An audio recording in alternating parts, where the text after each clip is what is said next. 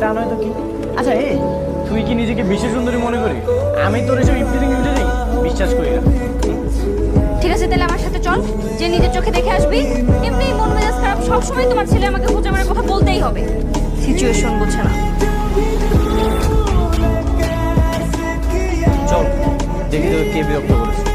না না, তোকে কোথাও যাওয়ার দরকার নেই। মা তুই তো হায়